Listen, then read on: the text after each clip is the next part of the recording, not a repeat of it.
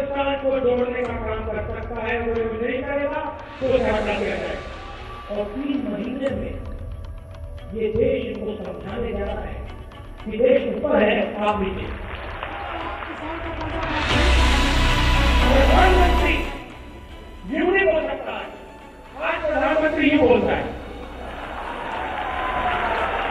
China की सरकार को 2 महीने में पता लगे कि नहीं, इसकी तो 40 की शादी नहीं है। आप मेरे साथ नरेंद्र मोदी का डिबेट करा दो, नेशनल सिक्योरिटी के राफेल मामले पर डिबेट करा दो, मैं भाग जाएगा, भाग जाएगा। कांग्रेस पार्टी कह रही आओ भैया, अब दिखाएंगे तुम्हें, आ जाओ। ये इनका डीएनए, ये कायल है, कवच है, गंदों के। नमस्कार। लोकसभा चुनाव के पहले राहुल गांधी सीधे प्रधानमंत्री को चुनौती देकर इस तरह की पोस्चरिंग कर रहे हैं कि मुकाबला मोदी बनाम राहुल है, तो प्रधानमंत्री मोदी को लगातार सीधी डिबेट की चुनौती दे रहे हैं राहुल गांधी। आप मेरे साथ नरेंद्र मोदी का डिबेट करा दो, नेशनल सिक्योरिटी के राफेल मामले पर डिबेट करा दो, मैं भाग जाएगा, भाग जाएगा।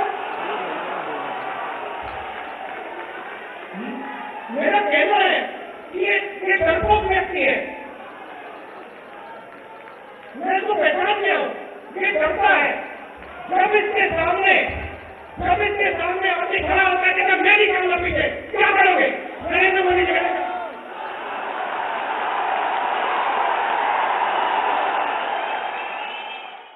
लेकिन प्रधानमंत्री मोदी ने राष्ट्रपति के अभिभाषण की चर्चा का जवाब देते हुए कांग्रेस पर चुन चुन कर हमले किए। कहा है कि संस्थाओं पर हमले का आरोप लगाने वाली कांग्रेस ही उल्टा चोर चौकीदार को डांटे है।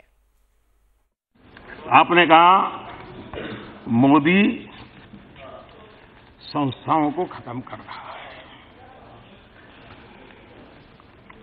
बर्बाद कर रहा है। हमारे यहाँ एक कहावत है, उल्टा चोर चौकीदार को डांटे।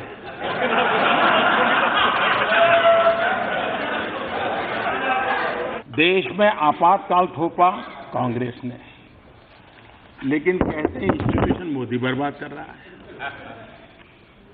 सेना को अपमानित किया कांग्रेस ने, कहते हैं मोदी बर्बाद कर रहा है। देश के सेनाध्यक्ष को गुंडा कहा, कहते हैं कि करने वाले कांग्रेस, कहते मोदी इंस्टीट्यूट बर्बाद कर रहा है। कहानियां घड़ी जाती है तख्ता पलट करने की।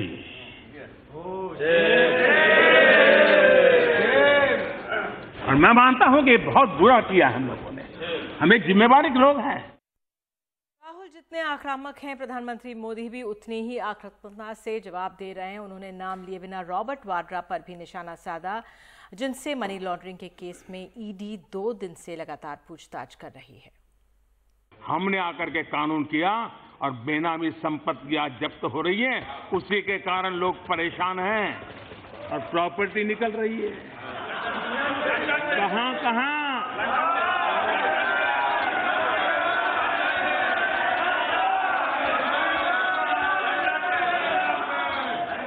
कैसे कैसे, कौन कौन, किसके लिए, कब कब, कहां कहां। और इसलिए परेशानी होना बहुत स्वाभाविक है। तो सवाल है कि क्या 2019 लोकसभा चुनाव से पहले जुबानी जंग और तीखी होती जाएगी? क्या राहुल और प्रधानमंत्री मोदी के बीच हमलों का स्तर गिरता जा रहा है? हमारे साथ 2 खास मेहमान बीजेपी और कांग्रेस से, मोहम्मद खान प्रवक्ता कांग्रेस और राजेश शर्मा नेता बीजेपी यहां पर मौजूद हैं।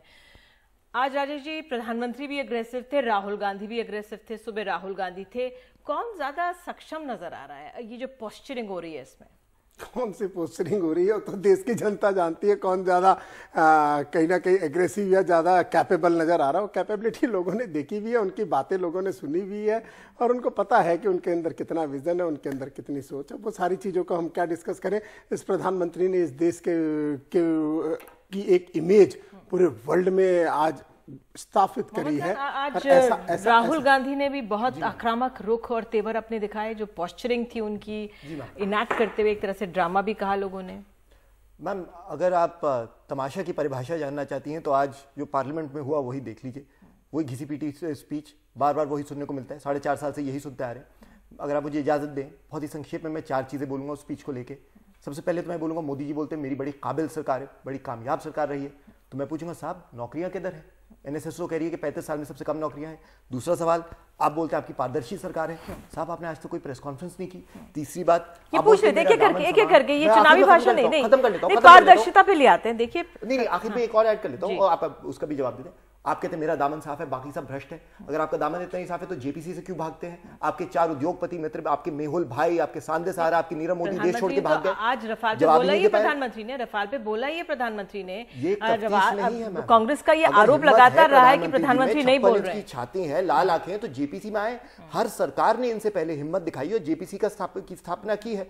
ये इतिहास में पहली सरकार है जो जेपीसी से घबरा रहे हैं। हालांकि इनके पास 260 से अधिक सांसद हैं, उसके बावजूद डर रहे हैं। यही आपके सवाल का जवाब है। मैं ये जानना चाह रही थी, सबसे पहले तो कांग्रेस के नेताओं को माफी मांगनी चाहिए। देश को गुमराह करने के लिए, झूठ बोलने के लिए सुप्रीम कोर्ट ने क्लैरिटी दे चुके हैं। इनके एक से बढ़कर एक झूठ हर मीडिया ने वीडियोस में दिखा दिए हैं कि अलग अलग डेज में अलग अलग रेट बोले हैं और लोगों को किस तरह बरगलाया गया, किस तरह से एक प्लेन एयरक्राफ्ट और एक वेपन लेडेड एयरक्राफ्ट, इन सब के बारे में झूठ बोला गया। हर तरीके से हर चीज का जवाब दे दिया गया। फिर भी ये लोगों के पास में आज एक पॉइंट नहीं मिला देश में करप्शन का। उसके चलते रक्षा सौदों में इन्होंने बोल दिया कि हर बार एजेंट होता था इनके समय, हर समय इनके समय एजेंट होता था। रिकॉर्ड है और इनके एजेंट सब आज अंदर। आपसे भी सवाल है, जो हमारी सेना है वो हमारी भावनाओं से जुड़ी होती है और जो पॉलिटिकल पार्टीज हैं उस भावनाओं को भुनाती हैं, और दोनों पे हम ये आरोप लगा सकते हैं। वो कहेंगे कि नहीं, क्यों नहीं लगा सकते? वो आप पे आरोप लगा रहे हैं कि आपने आपको डिफेंस नहीं। देखिए सर, मैं ये इसलिए समझना चाह रही हूँ क्योंकि आज प्रधानमंत्री ने बोला, ये मेरे शब्द नहीं है, प्रधानमंत्री ने भी कांग्रेस पर आरोप लगाया कि आपको तो आदत थी दलाली लेने की, इसलिए कोई चाचा मामा निकल कर आ जाता था। यहाँ पर कांग्रेस, राहुल गांधी ने भी कुछ देर पहले मैंने बात सुनाई, उन्होंने फिर वो बात दोहराई है कि किस तरह सीधे अनिल अंबानी को वो 30,000 करोड़ दिए गए। तो अपने में दोनों ही भुना रहे हैं ना आप लोग, ये सेना के नाम को रखकर। मैं जवाब दूं पहले? हाँ, आप दे दीजिए। मैम सबसे पहले तो मैं बोलूंगा, जहां तक वो बार बार वाद्रा जी की बात कर रहे हैं, ये मुझे हैरानगी होती है कि प्रधानमंत्री इतने विचलित हो गए हैं कि आज ऐसी ऐसी बातें पार्लियामेंट में कर रहे हैं। 4.5 साल से आपकी सरकार है जनाब, ईडी, सीबीआई, आईटी सब लगा दिया आपने रॉबर्ट वाद्रा जी के पीछे। राजस्थान की सरकार लगा दी, हरियाणा की सरकार लगा दी, कुछ नहीं मिला। कल संबित पात्रा आके प्रेस कॉन्फ्रेंस कर रहे हैं कि हमें नए सबूत मिले। अरे भैया पेश करो जाके कोर्ट में, तुम लोग क्या कर रहे हो 4.5 साल से? बस एक बात खत्म कर लो। आप ही को ऐड करने के लिए कह रहे हैं, आप बोल दीजिए, आप पॉइंट पे बताएं कि ये जो वाले मुद्दे पे मैं बताता हूँ, वो एजेंट्स की बात कर रहे हैं। आपको एक और बात बताता हूँ, आप दलाली की बात करते हैं, आप दलाली की बात करते हैं, वो चाचा मामा कहते हैं, वहाँ पे अनिल अंबानी कहते हैं, तो बेचारी जनता क्या समझे? जनता तो एक सफाई चाहेगी ना। प्रधानमंत्री खुद जाके कहते हैं, और ये बयान है फ्रांकोआ होलांड का, राष्ट्रपति फ्रांस के, कि प्रधानमंत्री मोदी जी ने कहा है, यानी सॉरी भारत सरकार ने कहा है कि हम जो है रफाली के साथ काम करेंगे, तो आप अनिल अंबानी को लाओ। अच्छा, जैसे प्रधानमंत्री ने जब शुरुआत की और प्रधानमंत्री ने जैसे एडी और बीसी का पूरा उन्होंने एक नई व्याख्या अपने आप में करने दी। उन्होंने कहा बीसी मतलब बिफोर कांग्रेस, एडी मतलब आफ्टर डायनेस्टी। तो सदन में एक बहुत हल्का माहौल था और अपने आप में लोग समझ रहे थे। लेकिन जिस तरह से प्रधानमंत्री ने कहा कि मोदी संस्थाओं को खत्म कर रहा है, उल्टा चोर चौकीदार को डांटे, और जो फिर उसके बाद जो भाषा जो तल्ख होती गई, उससे क्या माना जाए? वो राष्ट्रपति के अभिभाषण का जवाब दे रहे थे या कांग्रेस के विपक्ष के आरोपों का जवाब दे रहे थे? देखिए मैं एक चीज बताऊं, पहले डिफेंस की बात आई, उसका ही मेरा का जवाब देना बनता है। डिफेंस को जितना वीक इन्होंने किया, जिस तरीके के हर चीज में इनके एजेंट्स होते थे, कई एजेंट्स, कई इनके केसेस चलते रहे हैं, क्लियर होते रहे हैं।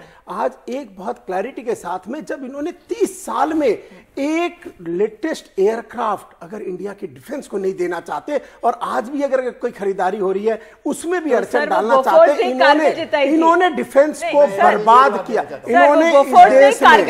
इन्होंने इस देश के डिफेंस सिस्टम को बर्बाद किया, बुलेट जैकेट को बर्बाद किया, जिसमें कि सेना के लोग मर रहे थे, तो भी उनकी डिमांड के बाद में इन्होंने नहीं किया है। ये बहुत ही गलत है। इस देश को सिर्फ डिफेंस का मैटर नहीं है।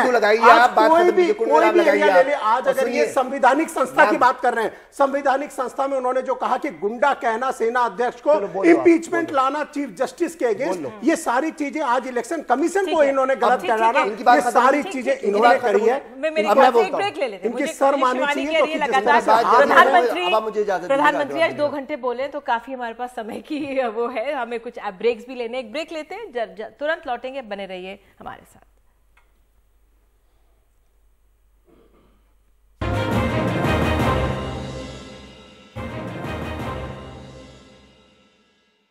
तो मिस्टर खान, जो राहुल गांधी की पोस्चरिंग थी और जो उनका एक जो भाषा थी, जो लहजा था, क्या वो ठीक था? जिस तरह से उन्होंने कहा है डरपोक है, भाग जाएगा, कायर है, ऐसा प्रधानमंत्री के लिए कहना चाहिए था? नहीं, मगर राहुल जी ने जो बात की वो हकीकत है, वो सच्चाई, वो बिल्कुल सच्चाई है। ये वो प्रधानमंत्री हैं जो स्पीचेस देने में बड़े माहिर हैं, भाषण देने में बड़े माहिर हैं, मगर 4.5 साल में एक प्रेस कॉन्फ्रेंस नहीं, हर प्रधानमंत्री ने प्रेस कॉन्फ्रेंस की। ये इतना क्यों घबराते हैं? मैं आपसे एक बात कहता हूँ, ये इस स्पीच में खड़े हुए बोल रहे थे, हमने संस्थाओं को मजबूत किया।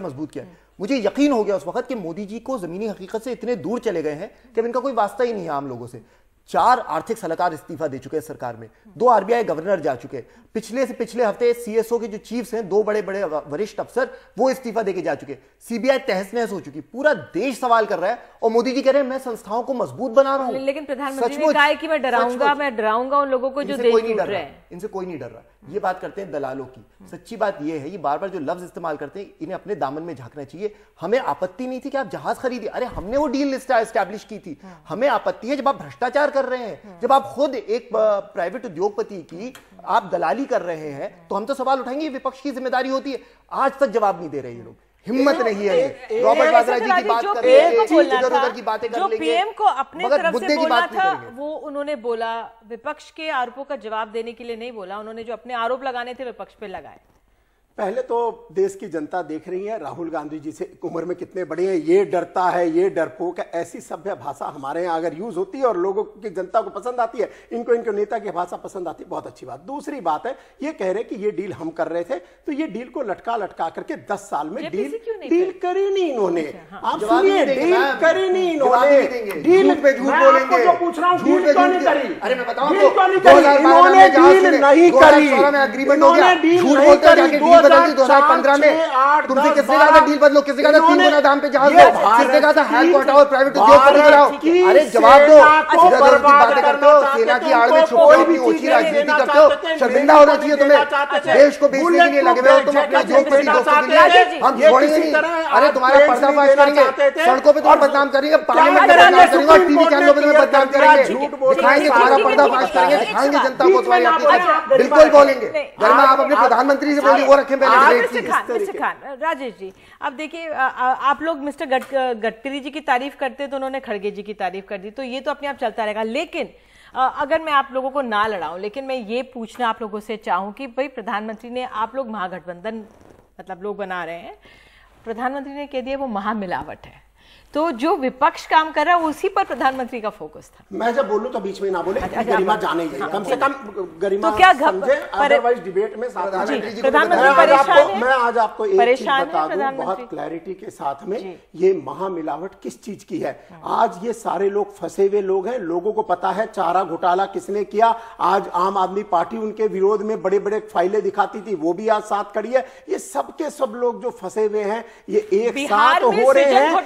ये पूरी तरह से करप्ट लोगों की महामिलावट, जो कि जिनके किसी भी तरीके से एक साथ आने की इनकी कभी भी कोई भी इनकी आइडियोलॉजी मैच नहीं करती है, पर इकट्ठे होने की कोशिश कर रहे हैं और इस देश को गुमराह कर रहे हैं। और ये सबको पता है कि देश की जनता हमें लगातार जीत दे रहे हैं, लगातार हर स्टेट में हमें जीत मिली है। 3 स्टेट में जीत मिली है। प्रधानमंत्री ने तो 2023 की बात कर दी। मैम मुझे एक बात बताइए, सबसे पहले तो मुझे हैरानगी होती है, अगेन प्रधानमंत्री जी को अपने खुद के घर की हकीकत नहीं पता। आपके कितने अलायंस पार्टनर हैं? कुछ दिन पहले तो आप बड़े घर से कह रहे थे 42 अलायंस पार्टनर, स्मृति ईरानी जी आके बयान दे रही थी आपके अलायंस पार्टनर पे, 13 अलायंस पार्टनर आपको छोड़ के जा चुके हैं। राकेश जी यहाँ बैठ के कुछ और बोल रहे हैं, तो मुझे तो बड़ी हैरानगी हो रही, प्रधानमंत्री को खुद ही नहीं पता कि क्या हो रहा है भाजपा में। दूसरी बात, अरे मुझे एक बात बताइए साहब, आपको पता है, आपको हमारे प्रधानमंत्री को ये एपी, ये एक्रोनिम बनाना बड़े अच्छे लगते हैं। मैं भी उन्हें एक एक्रोनिम बताता हूं, Modi, murder of democratic India, जो जयराम रमेश जी ने कहा था 2 साल पहले, बिल्कुल सही। और वही देश देख रहा है। और आखिर में राकेश जी मैं तो ये कहूंगा एक बात, आपको क्या फर्क पड़ता है कौन गठबंधन बना रहा है? आप तो अपने गुड गवर्नेंस के रिकॉर्ड की बात कीजिए, जो आपने गुड गवर्नेंस अच्छे दिन जो लाए उसकी बात कीजिए। मगर आप तो विपक्ष से ऑब्सेस्ड हैं, आपके सर पे तो विपक्ष का भूत मंडरा रहा है, आप उनकी नाकामयाबी की बात क्यों कर रहे हैं? सरकार में प्रधानमंत्री बताइए आपने क्या किया? प्रधानमंत्री कुछ नहीं किया। पूरे भाषण के अंदर में अगर कोई चीज थी तो हमने किस किस मायने में, अगर इनके टाइम पे रोड नहीं बनते थे हमने रोड बनाया, हाईवे नहीं बनते थे हमने हाईवे बनाया, रोड वाटरवे देश में हमने चालू किया और इनको पता है डाटा, जो लोगों को नौकरियां मिली, जो सुपर पावर बने। चलिए आप लोग बहुत बहुत शुक्रिया। 55 साल और 55 महीने के बार बार प्रधानमंत्री ने नाम लेकर उदाहरण देकर साफ करने की कोशिश की है कि किस तरह से उनकी सरकार 4.5 साल की सरकार ने कितना काम किया। लेकिन बहरहाल 2019 के चुनावों के आते आते ये जुबानी जंग बहुत तीखी होती जाएगी। तो बहरहाल आज के लिए इतना ही। खबरों का सिलसिला NDTV इंडिया पर जारी रहेगा।